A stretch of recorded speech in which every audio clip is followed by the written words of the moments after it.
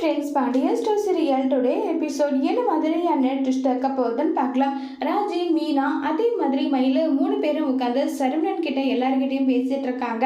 இப்போ என்ன படிப்பை பத்தி எனக்கு எல்லா விஷயமும் தெரியும், அதனால தான் படிப்பு எவ்வளோ முக்கியன்றத நான் அவங்க கிட்ட சொல்றேன்னு சொல்லிட்டு மயிலு சொல்றாங்க. ராஜி உடனே வந்து கதிர் கிட்ட, இங்க பாருங்க, ஒருத்தர் மாத்தி ஒருத்தர் மாறி மாறி அவளை கூட்டிட்டு போயிட்டு வரலாம், அவ படிக்கணும் இல்ல, அதுவும் இல்லாம இப்ப கல்யாணம் பண்ணிட்டு போயிட்டா, சொந்த காலில் அவ நிக்கிறதுக்காகவாது படிப்பு வேணும் இல்ல, அதை ஏன் யாருமே புரிஞ்சுக்க மாட்டேன்றீங்கன்னு சொல்லிட்டு 3 பேரும் பேசுறாங்க. ஆனா அப்பாவை மீறி என்ன எங்களால பண்ண முடியும், அப்பாவை மீறி உங்களால எதுவும் பண்ண முடியாதுதான், ஆனா கண்டிப்பா ஏதோ ஒரு விஷயத்த வந்து செய்வாங்க நல்லா சொல்லிட்டு இருக்காங்க. கரெக்டா அங்க பாண்டியன் வராங்க. செந்தில் கிட்ட, என்னடா கடைக்கு போலியா?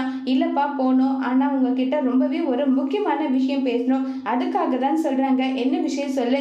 இல்லப்பா அது வந்துன்னு சொல்லும் போதே உடனே கோமதி வந்து, இங்க பார், ராஜியோட கல்யாண விஷயத்தை பத்தி, அதே மாதிரி அவளோட படிப்பு விஷயம், இது 2 பத்தி பேசாம நீங்க வேற எதுனாலையும் பேசுங்க, என்னாலலாம் வந்து எந்த முடிவும் எடுக்க முடியாது, நான் எடுத்த முடிவு எடுத்ததுன்னு சொல்லிட்டு ரொம்பவே கோபப்பட்டு பேச, உடனே வந்து அங்க பாண்டியன், எந்த முடிவுனாலும் கோமதி எடுக்கட்டும்னு சொல்றாங்க.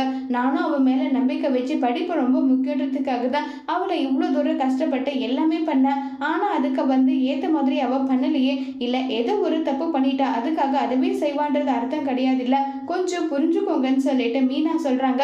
போதும் மீனா, விட்டுடு, இதுக்கு மேல இதை பத்தி பேச வேண்டாம்னு எனக்கு தோணுது, இனி இதை பத்தி பேச வேண்டாம்னு சொல்லிட்டு ரொம்பவே கோவப்படுறாங்க. இப்படி பேசுறீங்க, ஒருத்தர் மாத்தி ஒருத்தர் மாறி மாறி அவளை கூட்டிட்டு போயிட்டு அவளை பார்த்துக்கலாம் நல்லா சொல்லிக்கிட்டு இருக்காங்க. இதை கேட்டதுமே, சரி நீங்க இவ்வளோ சொல்றீங்க, அதனால ஒரே ஒரு முறை போனா போகட்டும்னு சொல்லிட்டு விடுறேன், இதுலயும் ஏதாவது தப்பு தெரிஞ்சா அடுத்த நிமிஷம் நான் என்ன முடிவு எடுப்பேன்றது யாருக்குமே தெரியாதுன்னு சொல்லிட்டு கோவமா அங்கிருந்து போறாங்க. இப்ப வந்து சுகன்யா வந்து பாக்குறாங்க, அங்க இடத்துல குமார் வெயிட் பண்ணிட்டு இருக்காங்க.